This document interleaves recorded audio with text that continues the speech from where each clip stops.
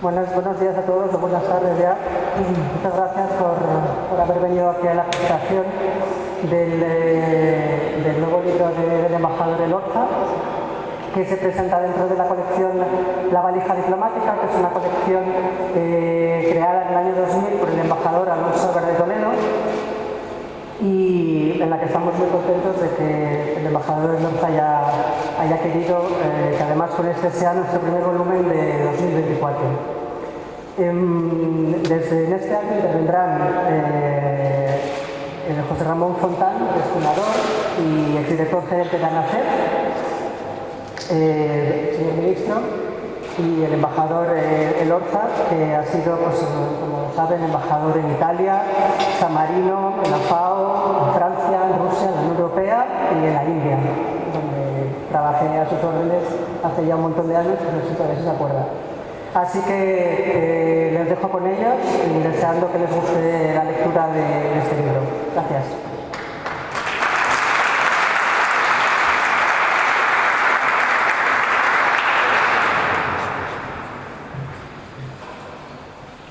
Buenos días, ministro, secretaria general, amigos todos.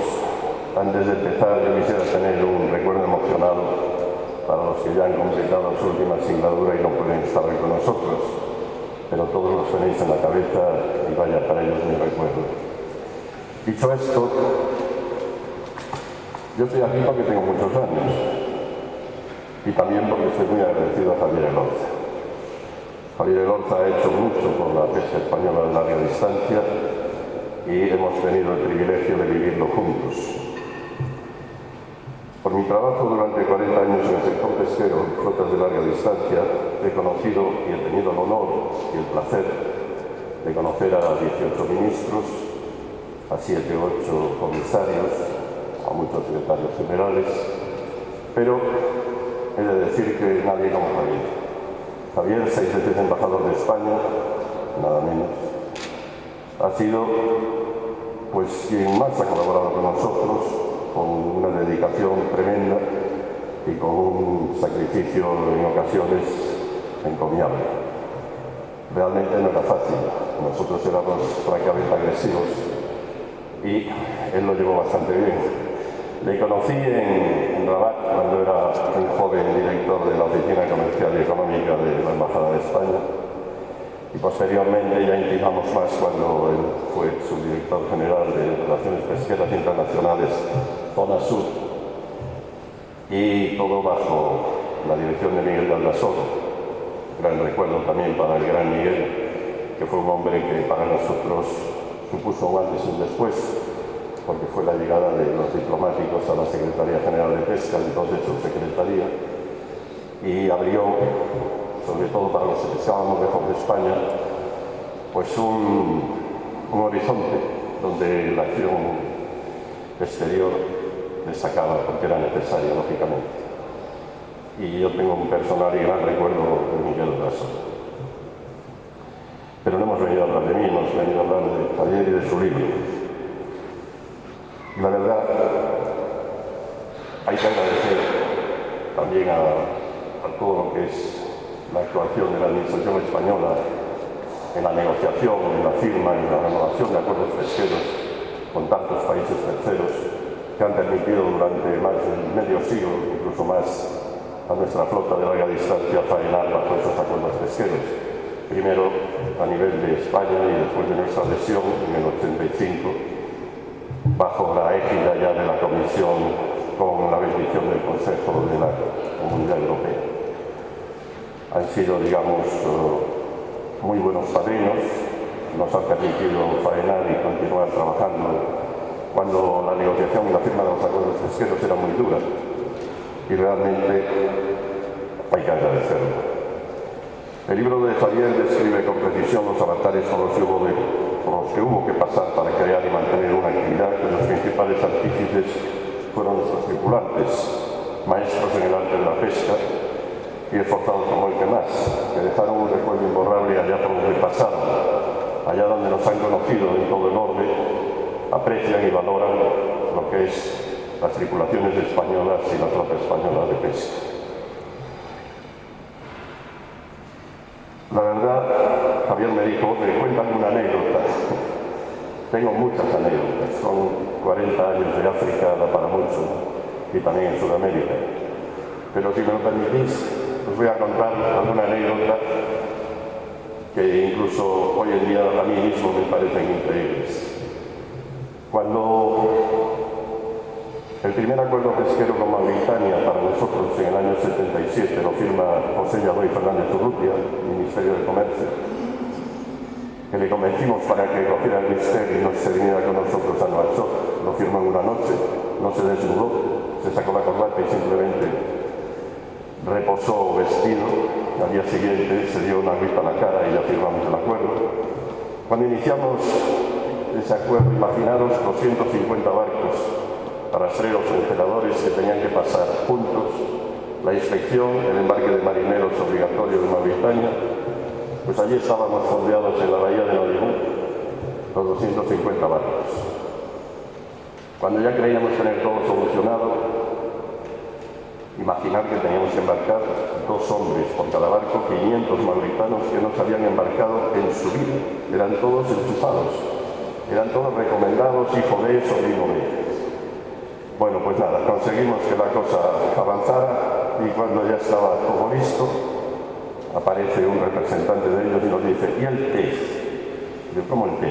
Sí, necesitamos té para todos. Las mareas son muy largas. Compramos todo el té que había en Nodibú. Cuando ya creímos que todo estaba bien, ¿y el azúcar? Digo, pues si los barcos tienen azúcar, tenéis azucarillos ahí a montones. No, tiene que ser azúcar de pilón. Hubo que comprar y buscar azúcar de pilón y embarcar azúcar de pilón. Y cuando ya creíamos que estaba todo bien, aparece un hombre diciendo: la semana que viene es la fiesta del cordero. ¿Y qué? Pues que tenemos que embarcar un cordero vivo en cada barco. 500 corderos imaginados a bordo de los 500 barcos. Pues eso fue una aventura importante. Otra también que llama la atención, estando recién retirado de Mauritania del Sáhara Sur en la administración y ocupado por Marruecos, un día estaba yo allí con la avioneta y se me acerca el cura, solo quedaban españoles el cura y Manolo de Mar. Y se me acerca el cura y me dice: mira, te tengo que pedir un favor. Hay una mujer parturienta que ya está fuera de cuentas, queremos que te la lleves a Las Palmas porque no acaba de salir y se va a morir. Y digo: bueno, déjame hablar con los pilotos. Los pilotos se negaron rotundamente ni hablar. Yo le dije: sí, hay que llevarlo. Y me dice: pues fírmame un pliego de descargo de responsabilidad. Se lo firmé, la llevamos dando gritos, hora y media, desde Villa Cisneros hasta Las Palmas. Avisamos, esperó una ambulancia allí, a pie de pista, a pie de avión, la rajaron, nació el chiquillo y se salvaron los 2. Y pasada una semana, aparece en mi despacho en Las Palmas un señor, que era el número 2 del Polisario, y me dice: vengo a agradecerte lo que has hecho con mi mujer, pero que sepas que tenemos misiles SAM 2 y SAM 3, pero tú no te preocupes que cuando sobrevoles a la avioneta no tiraremos. Esto es historia. En fin, Javier, gracias por tu libro, gracias por tu esfuerzo, y espero que a las nuevas generaciones les sirva de orientación y guía, porque realmente un libro de pesca especializado da mucho trabajo hacerlo, da mucho trabajo redactarlo, y realmente es de agradecer por alguien lo hace como Javier. Muchas gracias.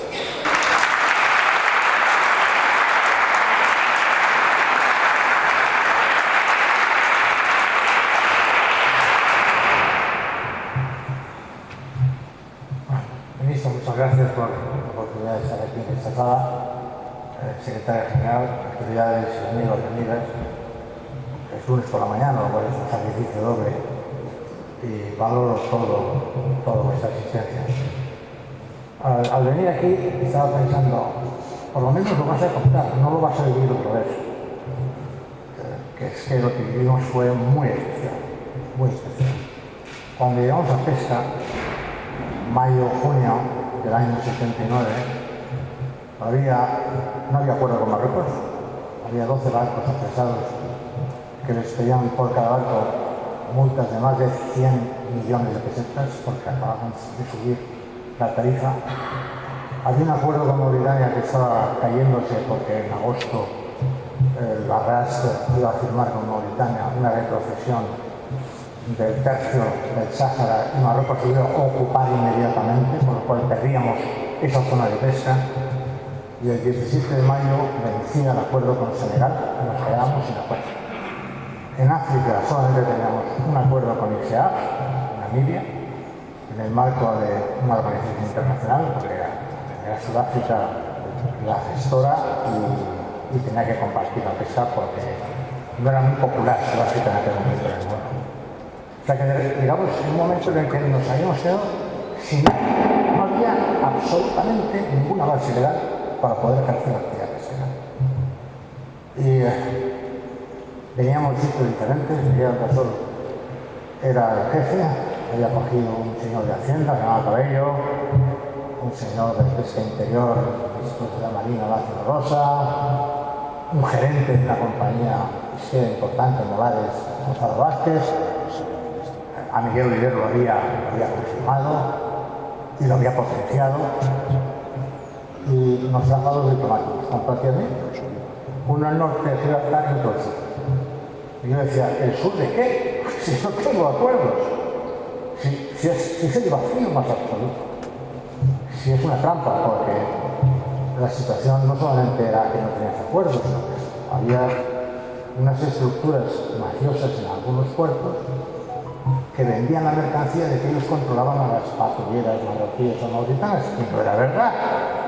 Era eso de que yo controlo, pero ya no controlo, y a veces me hacen caso y otras no.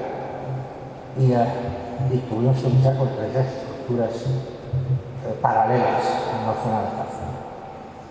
¿Cómo empieza todo esto? Muy sencillo. Yo llego de Rabat, Miguel Gasol, que es el padre de todos nosotros y el mejor negociador diplomático que yo he conocido, seguramente, me llama y me dice, hay que hacer un informe sobre la pesca descriptivo, sector por sector, caladero por caladero, y cuando lo tengas me lo das. Bueno, me dio un mes a hacer el informe, se lo entregué, era descriptivo, ¿no? Flotas, barcos, caladeros, no había ninguna recomendación, como iba a hacer yo recomendaciones y no sabía nada en la materia. Y cuando pasan 2 días me llama a su despacho y se pone en una carta de los siguientes términos. 1. El Estado español no debe pagar ninguna multa. Hasta entonces había pagado docenas de multas. Es ilegal. No iba a ser jurídica ni presupuestaria. Por tanto, hay que acabar con esa praxis absolutamente nefanda. 2. El Estado español no va a pagar el acceso al caladero a ninguna flota. Ni canon, ni créditos blancos, ni nada. Solamente daremos cooperación al desarrollo, formaremos a marinos, maquinistas, haremos alguna fábrica de hielo donde tenemos el capítulo de cooperación al desarrollo, pero no financiaremos el acceso al caladero de ningún barco, ya sea de pesca fresca o congelado. Yo veía que iba dictando, por supuesto, yo tenía la boca cerrada, iba palideciendo, porque claro, era realmente terrorífico. Hay que buscar nuevos caladeros, hay que ser serio, porque hasta entonces pues, las autoridades españolas alardeaban de viva el moro muerto antes que vivo, pero no calentaban, y eran calentadas por el sector, no tenían una actitud de objetividad y de neutralidad para buscar la seriedad que es la que te permite venderte y poder acceder al caladero y ser respetado. Y termina la carta, se la envía a Oreja y a Sánchez Terán. Sánchez Terán, cuando la leyó, dijo, este es mi hombre, este es el que me va a salvar la vida, esto es actual. Y lo contrató, y de paso lo contrató a mí, lo llevamos detrás de él. Es decir, la filosofía era brutal. Todos acostumbrados a pagar las multas y todos acostumbrados a que accedieran al caladero con un crédito blando del Ministerio de Hacienda o con subvenciones a las otras. Y eso se cortó de cuajo. Yo fui a Senegal en ese momento, antes del 17 de mayo, cuando venció el acuerdo, yo a los Reyes, y cuando le dijimos a los senegaleses que no iba a haber crédito blanco ni iba a haber dinero, se miraban unos a otros y dijeron, los españoles han vuelto locos. El sector no nos creyó, nos hizo frente, no colaboró con nosotros. Llegaron los reyes, nos firmamos el acuerdo, y el acuerdo tuvo que ser firmado 6 meses después cuando se convencieron de que hacían determinado tipo de cosas.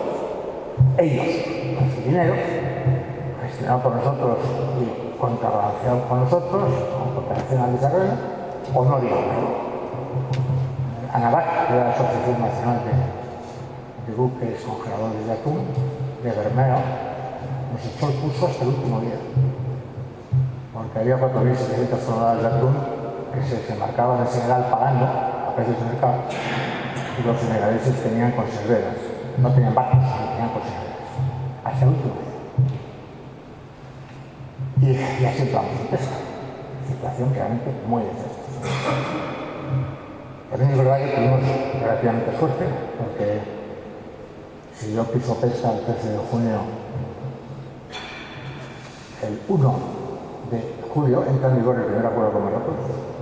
Lo negociamos el equipo de Miguel del Sol, ya estaba con él el 28 o 29 de junio en Rabat. Nos encontramos con un ministro de Exteriores, Z, que era condescendiente con España. No, el Isticlal no era rabiosamente español en aquel momento, y con un ministro encargado de la pesca, que era de comercio, que se llamaba Abdelatif Jesús, que era de la edad de Miguel Alonso, muy inteligente. Era uno de los hombres de Caín Ramprani, que era el patrono de los cosacos marroquíes, que se dio cuenta inmediatamente de que todo lo que se ha hecho en ese momento no llevaba a ningún lado.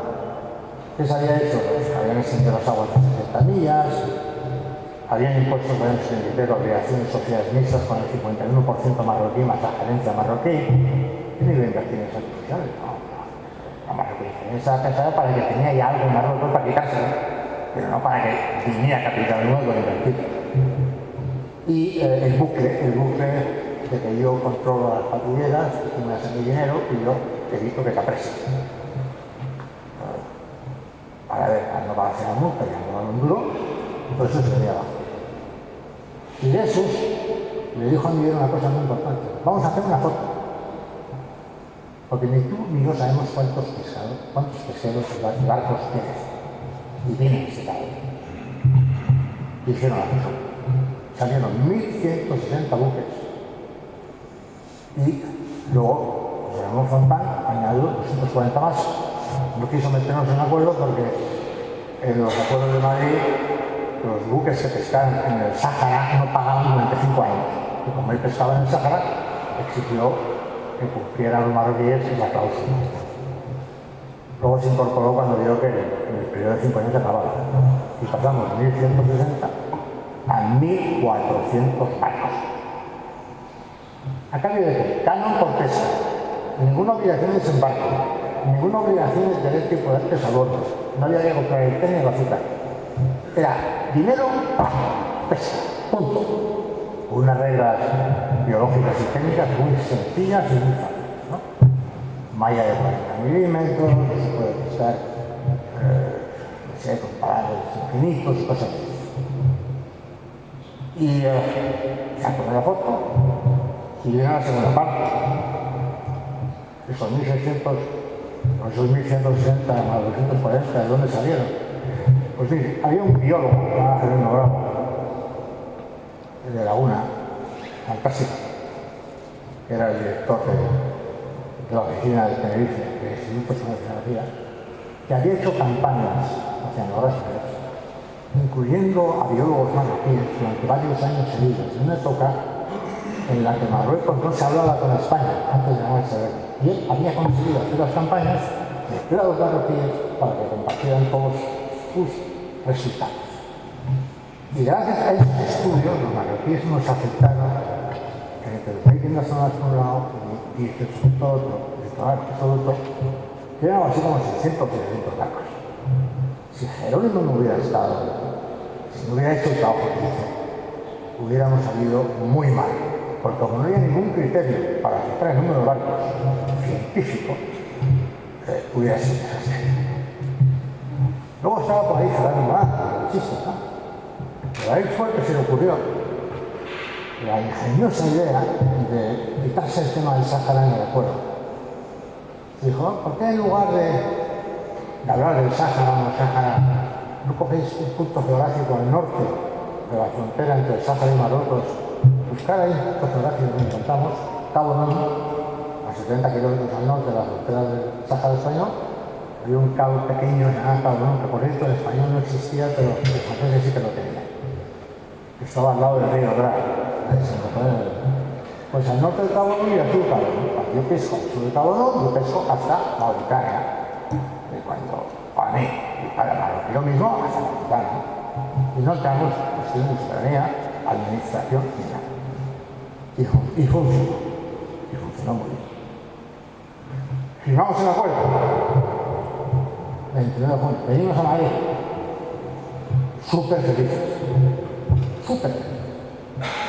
Llegamos a la Secretaría de Estado, a la Secretaría de Pesca Marítima, y el sector nos dice que no lo acepta, que no quieren pagar. Que no quieren pagar un canon modestísimo. En realidad lo que había ocurrido es que las estructuras mafiosas de muchos pueblos se oponían a ese acuerdo y les quitaba el poder de jugar con las licencias, de jugar con el buque. Y estuvieron 48 horas bloqueándonos el acuerdo. No había solución. Pero a mí se me ocurrió una jugada. Yo no tenía experiencia pesquera, pero de perversidades en aquel momento tenía algunas en la cabeza. Puse una circular a todos los puestos diciendo, a partir de ahora queda demostrado que los buques que antes faenaban en Marruecos ya no necesitan el caladero marroquí porque no son habituales del caladero marroquí, y en consecuencia, a partir de mañana a las 12 se abre la lista del caladero marroquí a cualquier buque español que lo solicite. Como estaban parados en la legislación, que determinaba que la habitualidad era el primer criterio de asignación de una zona de pesca, si le quitamos la habitualidad, el barco se quedaba sin ningún derecho. Mira, venían en tropel, alquilaron aviones, taxis llenos, colas en la subsecretaría de pesca para apuntar su buque y su lista de su puerto. Y salvamos el acuerdo de Senegal. Salvamos el acuerdo de Senegal. En Mauritania no hubo forma. Hubo una arena en julio, después entregaron el Sáhara su tercio, y en Mauritania había dos cosas que eran dos pecados mortales, que no habíamos cometido nosotros, pero que eran españoles. El primero es que Franco y sus ministros quisieron alabar y congraciarse con Mauritania para defender el dossier del Sáhara. Y construyeron una planta gigantesca de congelado y de tratamiento de pescado en Malibú, en Montaña. Eso era una barbaridad, porque los mauritanos no tenían buques, no tenían consumo, el pescado en Mauritania no valía nada, ni era apreciado por la población. Y por tanto, estaba haciendo una máquina que tendría que nutrirse de un pescado que no tenía, sino que ibas a tener que aportar tú con tu flota, y el pescado tenías que vender en un mercado de tercero porque no era apreciado por la población. O sea, la pesca se convirtió tan pronto como se inauguró en una máquina contra el acuerdo con los españoles, porque nos traían tal cantidad de pescado que hacía que la flota no quisiera contribuir con ello porque no era rentable la explotación. Y estaba ahí, entonces pues la única pena que tuvimos fue regalarles en la pesca, comprarles. Pagamos la cantidad de fiscalidad atrasada, no sabemos si era o no, pero pagamos la cantidad. Pagamos franco de indemnización a unos trabajadores que no sabían si eran los trabajadores o era el primo o el sobrino del que estaba enfermería.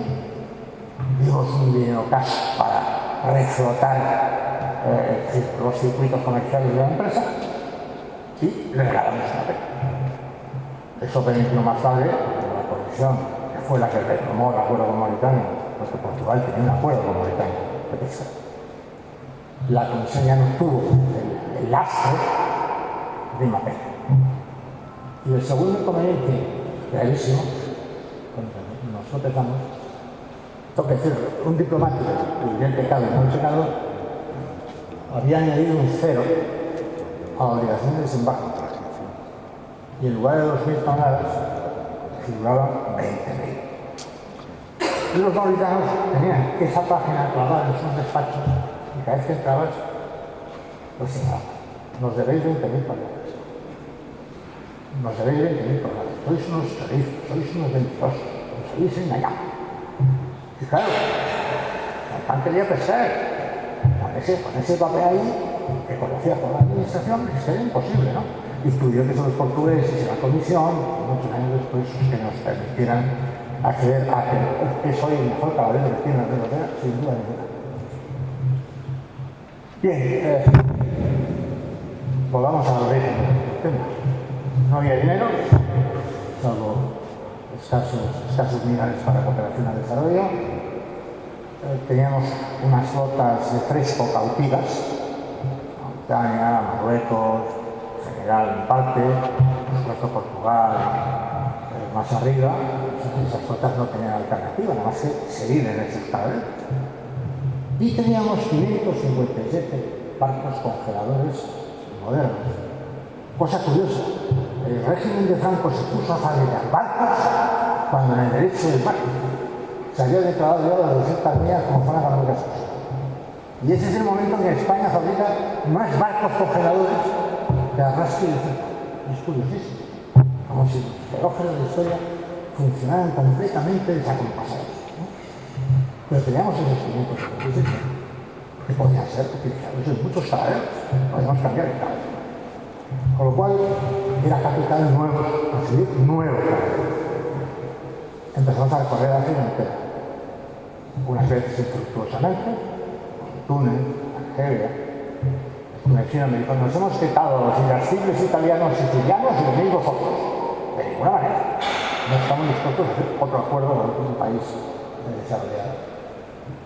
Estuvimos viendo en Somalia, en Kenia,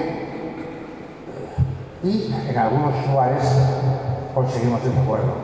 Empezaré por el de Angola, que es el más importante de todos. Ahí tenemos al embajador que está ahí. Era mucho más joven, igual que yo, pero él consiguió convencer a un ministro de gobierno angolano que viniera a Madrid, Río Guerra se llamaba, vino, se puso de acuerdo enseguida con el ministro Sánchez Terán y pusimos una fecha, nos fuimos a Angola y el tema fue suave. En 4 días sacamos un acuerdo, Gonzalo Vázquez, yo y Miguel Oliver, para 18.000 toneladas de gambas, una fortuna, 60 barcos congeladores. La cuota de merluza de Cipaso, que eran 8.000 toneladas, 12 barcos atuneros. Nos lo llevamos todo. ¿Por qué? A todo pasado. Había habido una empresa antes, que se llamaba Gabrielitos, muy seria, de huevo, y gallega, que había respetado todos los acuerdos parciales con las autoridades. Además del embajador, por tanto, la experiencia que ellos tenían de los españoles era buena en temas de pesca. Y parece mentira, hablábamos portugués, un español portugués. Y eso soluciona mucho las negociaciones, no hay que utilizar el inglés ni el francés esperante, no. Hablábamos ellos en portugués y nosotros en español y nos entendemos. Cerramos un acuerdo, Álvarez, que fue el ministro que sustituyó a Sánchez Terán, fue a Angola y nos hicieron hacer un truco, en lugar de 2% de respaldo para los lunes, para los atuneros nos piden un 5%. Yo le dije al ministro, mira, da igual, porque no van a bajar tan abajo, no nos lo han pedido, es imposible, tú firma el acuerdo y nos le damos las 18.000 toneladas de gamba, esas sí que son verdaderas, y tienen 58 barcos esperándonos con una licencia geográfica y dejamos necesarias de 5 o 2% que sí es relevante. Hicimos una fábrica de hielo, Porto Alexandre, el sector, no el Estado. Y desde entonces hemos estado pescando más. Nosotros, como no. Segundo acuerdo, como ver, de Benito, 16 palangreros, lo firmamos tocando guitarras. Nuevamente, portugués fue muy importante en esa negociación. Humberto Betancor, mi colega, nos se despidió después de la firma con varias canciones tocando en la guitarra. no lo creíamos. Claro, llegamos a los marroquíes y bueno, aquí salimos vivos y aquí nos toca la guitarra. Un acuerdo pequeño, segundo que cerramos. Guinea Ecuatorial. Es un acuerdo que no tenía actividad para la pesca porque no había pesca demersal. Lo sabíamos, es una concepción que lo constató. Había mucho atún, pero los barcos congeladores de atún tenían como base Camerún y Gabón. Nos empeñamos en tratar de ayudar a Guinea con buena fe, buena voluntad. El tema se firmó a nivel de presidencia del gobierno por parte guineana y por presidencia del gobierno parte española, el ministro Leal, y encargaron la puesta en marcha de unos depósitos de combustible a no sé quién, desde luego no a la subsecretaría de Pesca y Mercado. Y les dan los depósitos y es como un chiste. Es como un chiste de lo más triste. Iban a emplazarse en una base Luba, que estaba a 40 kilómetros de Malabo, en la isla, que había sido una antigua base soviética para flota de pesca de todo África occidental de la URSS. No tenía grúas, tuvieron que desembarcar las lanchas británicas en Malabo. La desembarcaron. Y entre Malabo y Luba había tres canales. Y ningún puente soportaba 10 toneladas. No soportaba. Por lo cual, al final, las planchas las podéis encontrar hoy todavía al lado de la túnica, completamente enrolladas. Y los depósitos no se hicieron jamás. Fabricación. Un desastre. No es que el dinero fuera mucho, pero lo que queríamos hacer, una Guinea Ecuatorial base para la pesca de nuestros atuneros congeladores, que era la segunda o la primera flota atlántica de esa categoría, pues fracaso. Mozambique. Empecé yo y acabó el señor, contacto. Cuando llegamos a Mozambique nos encontramos con un tocan de pesca que estaban a nómina de una empresa española. Qué pesado. Pecado, pero no pecado. Y nos dimos cuenta que no se podía ir contra el tocan de pesca en un país. Además había estado trabajando la zona. Y que no era tonto ni mucho. Pues al llegar a España, yo me reuní con Castañeda, luego fue presidente del Pobre, en aquel momento su director general de importación, y los dos cerramos al mercado español a todas las importaciones de pescado y crustáceos de Mozambique, sin inmutarnos. Era antes de la elección, ahora no puedes hacer eso. Ojalá pudiera hacer eso. Pero en aquel momento se podía hacer eso. Y Mozambique estuvo durante un año y medio, y su empresa, la que pescaba sin poder acceder al mercado. Y cuando yo me fui de pesca, Juan Carlos cerró el acuerdo porque ya estaban desesperados por haber perdido el mercado. Pero es un acuerdo que salió bien. Madagascar, me dio una planta agrícola. Una planta agrícola. Y a cambio de eso nos iban a dar licencias. Nos fuimos con mi empresa, con un equipo de Valladolid, y nada más aterrizar el avión, el ministro Malgache, que era próximo, por cierto, nos dice: mi gobierno ha cometido default, financieramente hablando, somos insolventes en escala planetaria, no podemos dar ninguna banca, ningún crédito que construya ni esta planta ni ninguna. Así que como su avión sale dentro de 4 días, coja, alquilen usted su avión y des una vuelta por ese maravilloso país, a su costa, claro. Nos fuimos a Nosibé, el estrecho de Mozambique, nos quedamos 3 días entre hojas de vainilla y mar delicioso. Pero no teníamos el acuerdo. El año 2007 habíamos estado dando la tabarra, los escalones, todo el rato, conseguimos un acuerdo con Madagascar. Y dejo para el último los Seychelles, que es de todo lo que he pensado, lo divertido y lo más importante. Me fui a un seminario del Océano Índico, FAO, en Perth, Australia. Por cierto, Juan me decía: qué suerte tienes de irte a Perth, Australia, si no vas a hacer nada, si no tenemos ningún acuerdo en el Océano Índico. ¿A qué vas a Australia? Bueno, en Australia hice una reunión para países vecinos del Océano Índico.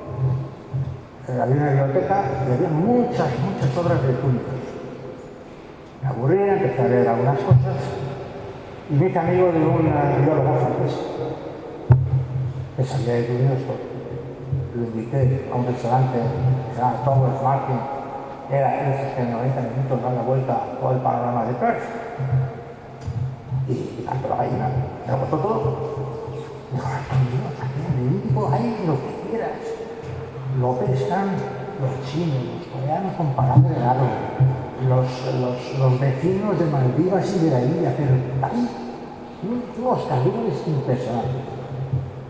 Volví a Madrid, informé a todo el mundo, yo quiero ir a Seychelles, Miguel me autorizó, me fui con 2 cañeros y un biólogo. Al llegar a Mae, Victoria Mae, los metí en un cañero que tenían los franceses en cooperación. Estuvieron 3 días dando vuelta, volvieron diciendo que se sentían pescados, se sentían la mar y que había un problema de fuego vivo, porque chicharles no era fácil de conseguir, pero que había mucho pescado. Y durante ese tiempo me puse a negociar con el señor de la FAO, porque el ministro de las Seychelles se había pasado por Madrid, se llama Maxim Ferrari, le habíamos caído muy bien y me puso a un señor de la FAO, porque no tenía otro, a negociar un acuerdo pesquero conmigo, antes de saber si había pescado. Cerré un acuerdo con un viaje de 2 cañeros, esta vez míos, nuestros, para una prospección de 6 meses, y un acuerdo para una flota de congeladores pagando únicamente el 5% de las facturas. Únicamente el 5%, ni desembarco ni nada, y solamente por lo que pescaron en la zona económica exclusiva de Seychelles, estaban en Somalia o en Kenia, no se contamina. Vuelvo a Madrid y otra vez condujo al sector, y así como la primera vez a la que dijo que no, esa vez se dijo que no 3 veces. Incluso diciendo que ese crédito amplio que nos va a enseñar a nosotros de verdad a pescar unidos en el mundo. Y dijeron, a los 2 años, la flota vasca estaba en ello. Porque cuando dio la voz con la pólvora, los gallegos se apuntaron a ese caballo, que era muy barato, y además tenía una base y no tenías que negociar con una miriada de países como pasaba en el Atlántico. Estaban todas las autoridades subsaharianas con un cuchillo y tenedor dispuestos a devorarte. Y allí era una base, un país neutral, no era corrupto, los precios eran muy razonables, no tenía una empresa conservera con la cual no te obligaban a desembarcar, para eso. Y hoy en día están todos los grandes buques en el Índico y los pequeños en el Atlántico. Y eso es un diplomático para algo, de vez en cuando, incluso temas técnicos. La verdad que el mérito no fue mío, el mérito del francés se me sacó todo, ¿verdad? Hay veces que la gente larga sin darse cuenta de que está con un contrincante o un adversario, pero pasó así, de esta manera, ¿no? Le costó un almuerzo en aquel restaurante. Y ese fue mi último acuerdo, porque después ya no conseguimos más. La hacemos con Rusia, nos pidió pesca por pesca. Es decir, yo te doy a ti bacalao al tipo y tú me dejas pescar en Galicia. ¿Te imagináis los gallegos con un buque de 2000 toneladas sifonando el fondo del mar y limpiándolo de manera absolutamente depredadora? Era posible, era viable. Fuimos a Cuba. Nos dijeron, mira, aquí hay un buque pesquero para nosotros, es una patrullera y puede ser americano o nuestro. O sea que todo barco es sospechoso. Y además los barcos se utilizaban para irse a Estados Unidos. Por lo cual al final después me acabó mi periplo y me fui. Y acabé con eso. Yo creo que lo que hemos hecho valió la pena, porque hoy en día hay un país que es la realidad completa pesquera, es España. Un país que está a la lista de valor de capturas, potencia, tonelada de registro bruto, marinería en buques de altura. Solamente nos va, que no lo creo los italianos, porque tienen una flota de artesanía que tiene más buques que nosotros. Y hemos hecho cosas, no solamente en la pesca directa, sino como faltaba 50, allí. Tenemos 350 buques en sociedades mixtas. Bueno, tenemos 477 fuera de los Estados Unidos. Es decir, que las sociedades mixtas tienen un gran peso comparado con los buques que faenan al cabo de los acuerdos.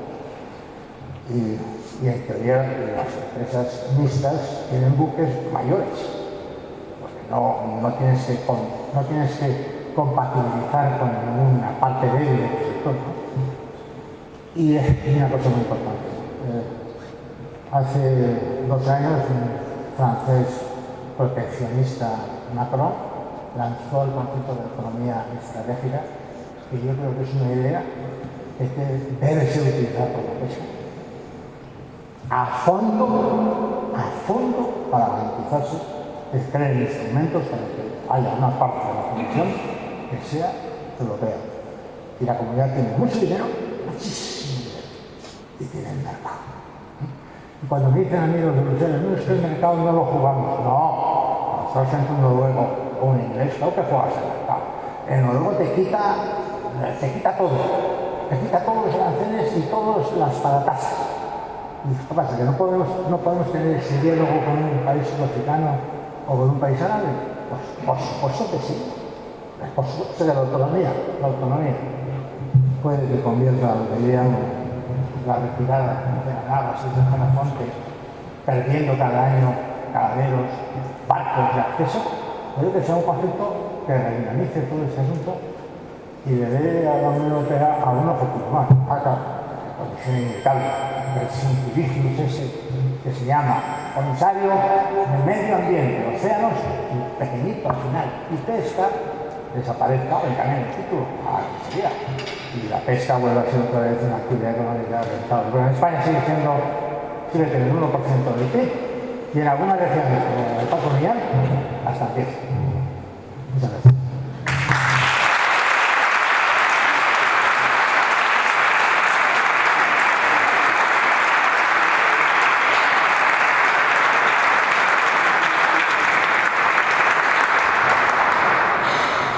Muy buenas tardes a todos, encantado de recibirles y acogerles en este lucernario del Ministerio de Agricultura, Pesca y Alimentación, la Secretaría General de Pesca, las directoras y directores y todos ustedes, amigas y amigos, insignes diplomáticos que están presentes en este acto de presentación y también representantes del sector de la pesca. Les agradezco mucho a todos su presencia y por supuesto a José Ramón Fontán y a quien hoy es el centro de este acto, que es el embajador Javier Elorza, y su libro, Al límite de lo imposible, negociaciones pesqueras españolas en África, 1939-1981, y en Bruselas, 1986-1995. La verdad es que conozco a Javier Elorza hace muchísimos años, y hace algunos meses me envió un mensaje y me dijo que había escrito un nuevo libro sobre las negociaciones pesqueras de España en esos periodos que he mencionado anteriormente y me invitaba a la presentación del libro. Entonces yo le cogí la vez y le dije no. El libro se presenta en el Ministerio de Agricultura, Pesca y Alimentación porque yo creo que es el mejor lugar, sin duda, para que presentes tu libro, y además, conociendo a Javier y antes de leerlo, pues imaginaba, como es así, que tendría mucho interés. Lo primero que quiero decir es sobre el autor, sobre Javier Elorza, sobre el embajador Javier Elorza. Javier pertenece a esa estirpe de altos funcionarios españoles de los cuales nos podemos sentir orgullosos. Hay aquí también otros buenos representantes de esa categoría. Porque sea cual sea el gobierno, el color del gobierno que gobierna España, siempre sabrá que los tendrá a su servicio con su conocimiento, con su criterio, en ocasiones con opiniones muy firmes, pero siempre fundamentadas, y sin duda esto es una gran ayuda para el conjunto, yo creo que de cualquier gobierno, y desde luego debo confesar como ministro que así lo he intentado hacer en esta casa, porque es sin duda el mejor instrumento y el mejor apoyo que puede tener cualquier responsable público. Y la vida de Javier Elorza ha sido una intensísima vida profesional, vivida con gran conocimiento técnico y también con pasión, si me permite Javier, con el estilo de Elorza. que es, yo creo, algo que en Bruselas es conocido y también en España, y que yo creo que ilustra buena parte de su carrera profesional y creo que queda muy bien descrita también en las palabras que acaba de pronunciar. En segundo lugar, creo que tiene un gran mérito este libro. Tiene un gran mérito este libro, como tiene un gran mérito Una pica en Flandes, publicado el año pasado y donde Javier Elorza nos contaba también muchos episodios de su aventura europea en las negociaciones de España y de la Unión Europea en momentos clave de nuestra historia reciente. Lo digo en tono autocrítico, pero creo que es aplicable a parte de los presentes, no a otra. No tenemos esa tradición anglosajona de que todo el mundo cuenta su experiencia cuando ha asumido una responsabilidad pública. Y yo creo que eso es muy interesante, no solo para los investigadores y para los historiadores, sino también lo es, estoy convencido, para todos los ciudadanos ilustrados. Y yo creo que el conocer lo que ha ocurrido, evidentemente bajo el prisma siempre subjetivo de quien lo ha vivido, es tremendamente interesante y es una contribución, y debo darle las gracias a Javier Elorza, no solo por este libro, sino también por Una pica en Flandes, que es una contribución de los que, pues probablemente no más allá de 8 o 10 libros, existen vividos, no escritos, que también es muy respetable desde la academia, sobre ese periodo tan importante y sobre ese acontecimiento tan importante como es la incorporación de España a las comunidades europeas y nuestra vida. Y en tercer lugar, porque aparte de hablar de la persona y de la obra, también la circunstancia y el lugar, ¿no? Cuando me envió ese mensaje Javier Elorza, quise aprovechar ese acto, y parte de los protagonistas están aquí presentes, no todos, para rendir homenaje a los diplomáticos que han prestado servicio en este ministerio. Porque son una saga sobre todo dentro de la Secretaría General de Pesca.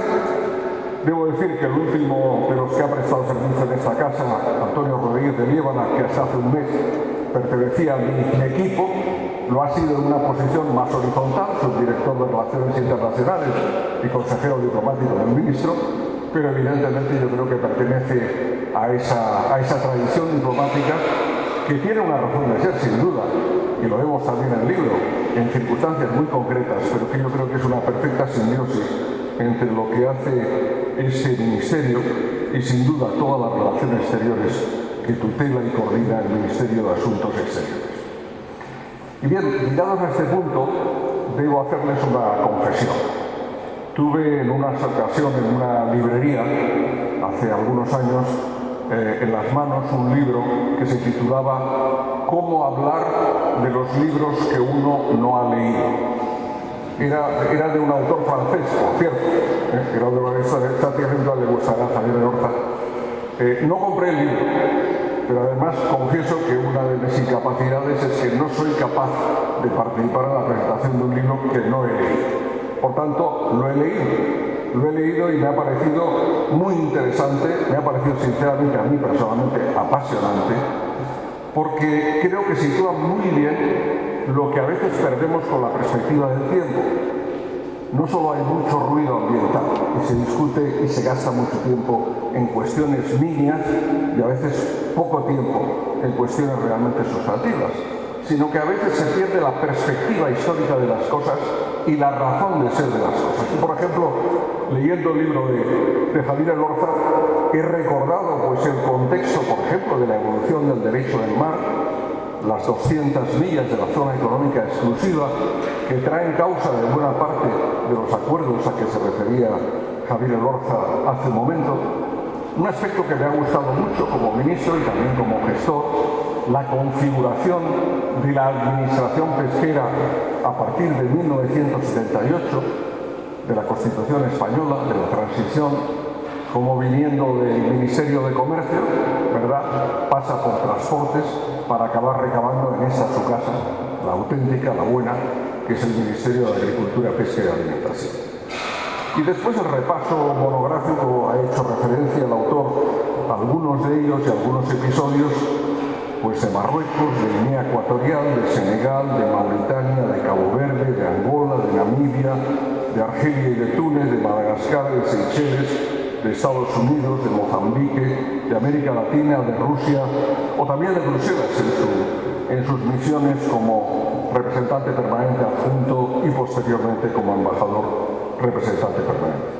Y debo decir que hay un punto en común entre este libro, y así comprobará el autor que efectivamente lo he leído, y Una pica en Flandes, que es el episodio de la Guerra del Fletán de 1995, que muchos tenemos en la memoria, y que por desgracia, debo decir, soy ministro desde junio del año 18, me trajo a la memoria el episodio probablemente más trágico que he vivido en mi tiempo como ministro, el triste naufragio del Villa de Pitancho, pues hace un par de años. La verdad es que era una circunstancia muy, muy dura, y me recordó aquel episodio efectivamente de la Guerra del Fletán. Y como no podía ser menos, me ha traído mucho la parte marroquí. Yo creo que aquí hay muchos de los presentes que han tenido un destino marroquí en muchas responsabilidades, ¿verdad, embajador? Ricardo, que acaba de volver, ¿verdad? Y todos los que habéis tenido, como también quien os habla, esa responsabilidad en nuestro vecino del sur. Y me ha parecido realmente apasionante toda la parte vinculada también a los acuerdos de noviembre del 75 y lo que siguió. Hay una expresión que me gusta utilizar y que creo que estaremos todos de acuerdo. El acuerdo con mucho respeto para los profesionales del sector pesquero, pero evidentemente el acuerdo de pesca con Marruecos es mucho más que un acuerdo de pesca. Y precisamente por eso y por la evolución que ha tenido en los últimos años y la que bien se describe en el libro y que ahora mismo, pendientes de la sentencia del Tribunal de Justicia de la Unión Europea sobre la materia, pues estamos lógicamente interesados como españoles y como europeos en reconducir, esperamos ese momento y hemos tomado como país, pero también el Consejo y la Comisión y los servicios jurídicos respectivos una posición muy firme respecto en el Tribunal de Justicia.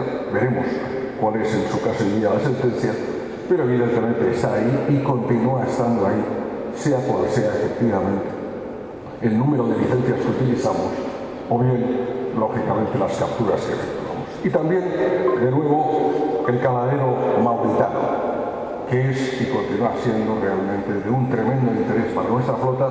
No voy a hacer un examen del resto de los caladeros que sin duda interesan a muchos de los presentes y que también están ahí. Y en el libro se permite, y me permitirá el autor que como ministro ejerciente lo vea también así, un poco el contraste entre el ayer y el hoy, entre eso de un poco machadiano, ¿no? De todo pasa y todo queda, pero lo nuestro es pasar, haciendo caminos sobre el mar. Pues efectivamente queda y se va, pero es verdad que tanto en lo que se refiere a las negociaciones como en lo que se refiere al contenido de la perspectiva global es muy, muy interesante. Por ejemplo, el dato, y me lo reafirmaba esta mañana la secretaria general de Pesca, de nuestra flota en estos momentos, a 31 de diciembre del año pasado, es de 8.549 buques en nuestro registro. Esto supone exactamente la mitad de los que se refiere Javier Elorza en su libro en relación con el origen y el de ese periodo. Y efectivamente el conjunto de las flotas mundiales, China, Indonesia, Perú, Rusia, Estados Unidos y muchos otros están por delante de nosotros y tenemos en este momento en términos globales de volumen un 1,2% de las capturas. Pero eso no quiere decir ni mucho menos que haya disminuido, yo diría que al contrario, no solo en valor, sino también la importancia, y lo digo como miembro del gobierno, para el gobierno de España, de nuestro sector pesquero. Porque además tenemos 18 acuerdos de pesca de la Unión Europea con países terceros, 14 de ellos activos, 2 de ellos suspendidos y 2 en vías de renegociación. De las 14 organizaciones regionales de pesca que hay en el mundo, estamos presentes activamente en 12, y este es un magnífico instrumento de gestión. Y sobre todo, y es quizás el elemento, y lo saben muy bien aquí los representantes del sector aquí presentes, que es probablemente diferencial, más significativo en términos de cultura pesquera, de lo que se describe en el libro, de lo que hoy tenemos, es la profundísima reforma de la política pesquera común, efectuada hace aproximadamente una década, y donde ya no hablamos solo de acceso a aguas, sino evidentemente de tax y cuotas, de rendimiento máximo sostenible o de prohibición de descartes. Todo eso ha cambiado totalmente el oficio de nuestros pescadores, de nuestros armadores, y evidentemente ha impuesto unos estándares regulatorios pues muy superiores a los del resto del mundo, de los cuales estamos muy orgullosos y lógicamente son parte de los acuerdos que concluimos con países terceros, pero también hay que decir que muchos otros no siguen en este mundo, en nuestro planeta. Y por tanto, junto a la FAO, hacemos de la lucha contra la pesca ilegal, no declarada y no reglamentada, pues uno de los elementos fundamentales de la actividad de ese ministerio y del gobierno de España. Queda mucho camino por recorrer al respecto, pero evidentemente podemos y debemos estar orgullosos en ese binomio permanente entre rentabilidad y sostenibilidad. Yo lo repito siempre, no hay sostenibilidad también en el ámbito pesquero si no hay rentabilidad de nuestros armadores y de nuestros buques, y es una tarea y una evidentemente preocupación permanente. Pues bien, como ministro quiero decir que nuestro sector pesquero continúa siendo evidentemente clave para nuestra seguridad alimentaria. En el día de hoy no utilizaré el término autonomía estratégica después de haber escuchado a Javier Roca, sin duda alguna, pero sí de seguridad alimentaria para todos los ciudadanos y para la Unión Europea en términos de una proteína de alta calidad y baja huella de carbono, que es fundamental para todos nosotros. En segundo lugar, por la proyección que tiene sobre la economía y el empleo, sobre la economía de nuestro país y sobre el empleo de nuestro país. Y finalmente, y no es lo menos importante, sobre la configuración de España, sobre nuestra realidad territorial y también humana. Hace poco comentaba con el embajador de Brasil el que Brasil tiene 17 veces la superficie de España, pero tiene 8.000 kilómetros de costa, es decir, exactamente los kilómetros de costa que tiene España. Y en torno a ello se articula todo un mundo, el mundo de la pesca, del cual nos sentimos particularmente orgullosos y que este libro describe muy bien. Ahora tenemos nuevos retos de cara al futuro inmediato, evidentemente lo he mencionado hace un momento, la rentabilidad, también la sostenibilidad y un tema fundamental, el relevo generacional, que es probablemente nuestra gran interrogante y donde debemos ser capaces, lógicamente, de responder a una situación que es totalmente nueva. Concluyo mis palabras, este es un libro magnífico, les recomiendo su lectura. Nos permite recordar y comprender de dónde venimos, y a nosotros, gobierno y sector, nos corresponde trazar hacia dónde vamos. Ahora, dentro de unas semanas, hay elecciones europeas, se va a formar una nueva Comisión Europea. Lógicamente, esa nueva Comisión Europea tendrá un programa de trabajo y en ello, como siempre, España y el sector pesquero deben dejar también su huella para que efectivamente la primera flota pesquera de la Unión Europea, que es la flota pesquera española, sea capaz de trasladar sus intereses también a la Unión Europea y que la Unión Europea los haga suyos. No es una tarea fácil. Personas como Javier Elorza desde hace mucho tiempo lo han dedicado parte de su vida y parte de su actividad profesional, una parte muy importante, y sepan ustedes que vamos a continuar en esa senda que traza Javier en su libro, trabajando yo mismo como ministro y todo mi equipo, sin duda también el conjunto del gobierno, el Ministerio de Asuntos Exteriores y otros ministerios implicados, porque efectivamente nuestro sector pesquero merece sin duda ese libro y merece también la actuación del Gobierno porque es un sector fundamental para todos nosotros. Enhorabuena, Javier, por el libro. Animo a todos los que quieran y tengan tiempo de hacerlo, que pueden escribir cosas tan sabias y tan interesantes como refleja Javier Elorza en su libro, y espero y deseo que esta presentación y este lugar que es el suyo, este lucernario, pues les haya sido grato, y con ello pues concluyo y doy por finalizado este acto. Muchísimas gracias a todos.